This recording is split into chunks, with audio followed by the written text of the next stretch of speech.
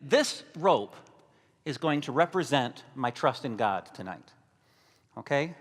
So I want you to imagine that I'm a person and I'm trusting God for finances. And then I'm in faith and everything, and then God sends me a job, okay?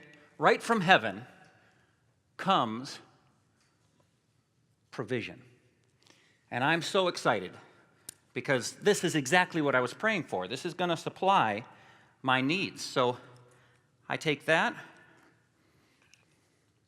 going to clip that in right here. All right. There it is. This is the job that God sent for me. And now I should be able to straighten myself out. There we go. So I have this job that came from God, and I'm excited about it. I'm trusting in Him, and He provided a job. How many of you remember the story of Abraham? Abraham is the father of the faith. God promised him that he would be the father of many nations. Do you remember that? And He told him pretty much that Isaac, his son, would be who he would become the father of many nations through. Do you remember what happened? Abraham is minding his own business one day. He was having faith in God, and he finally got that son, and he got pretty excited about it, and the son's starting to grow up, and he's seeing it. He's like, okay, I know how God's going to provide for me. And then God says to him one day, take your son, go up to the top of Mount Moriah, and offer him as a sacrifice to me. Now, how many of you know that would have been tough? So, just a second here. I'm going to put this in my pocket there. What we tend to do, and I think Abraham did this too, he was trusting God, just like we are about to get the job. But then when the job comes, we kind of begin to rely a little bit on that job. And then pretty soon,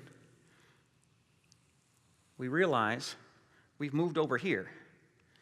And most of my trust is now in the job. And hey, it works. I'm good. I've got this job. I gotta use this to keep myself straight. I've got the job. I'm trusting Him. This is my trust in God. This is the job. God provided me this job. Abraham was looking at that saying, God sent me this son. I know this is how things are going to work out. And then God says to him, sacrifice your son. Now, how many of you have had a good job before? And that thought enters your mind. What if I lose that job? And you know what else goes through your mind? It's like, oh, God wouldn't do that to me. I mean, this is the job He gave me. The Bible says that God changes not, right? But how many of you realize God doesn't change, but that doesn't mean the tool He uses won't change, right? Malachi 3:6 says, for I am the Lord, I change not. But some of us are so convinced that we begin to look and put our trust not in God, but in what He's provided for us. And I think that's part of the reason that Abraham was tested by God. We also know that God was giving him a chance to be willing to give up his son, so he would give up Jesus Christ, and in fact, in the same mountain. But we get that, and how many of you would say you have a good job right now? All right. So right here, I've got my Leatherman, and I'm going to pull out the knife part here.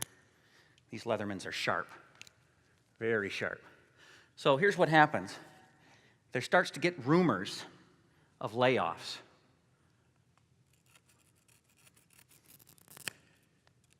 Just rumors. And then you're like, oh my, I hope I'm not next. God wouldn't do that to me. I mean, I trusted Him and He gave me this job. And pretty soon, we see the rumors are true and one of our colleagues gets laid off. Uh-oh. Now, how many of you can tell where we're going with this? All right? This is how a lot of people live, okay?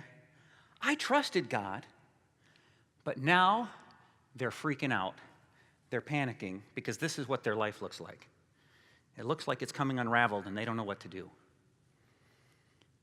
The Bible says, I am your Lord, I change not. But our circumstances sometimes do. Woo! And then God